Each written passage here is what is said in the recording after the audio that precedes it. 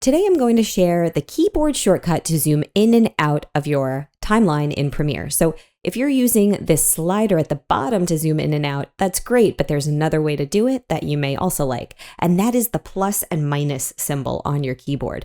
So I'm hitting the plus now, and it's zooming in exactly where the playhead is located, and if I hit minus, it zooms out from that location as well. I can move the playhead to a different spot here. Let's find a good spot, maybe over there, and then hit plus, and I'm zooming in, and I can see a little bit of inconsistency here. So it's nice to have that level of control to zoom in and out so easily without moving my mouse to this slider again and again. If you find that it's not working for some reason, you may have recently been in your effect controls and working in that timeline there. So if you are, and then you think you're gonna zoom into this timeline, but you hit plus and nothing happens, note that you'll be zooming in to the effect controls timeline.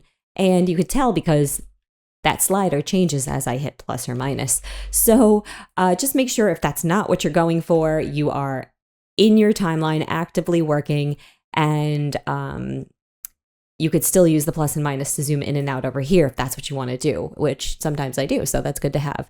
Good to have options. One last thing, if you want to frame everything in your timeline all at once with a click of a button, you can do that with the backslash on your keyboard. So if you hit the backslash, it'll frame everything up so you can see all that you have in one view. That's also pretty useful, I think.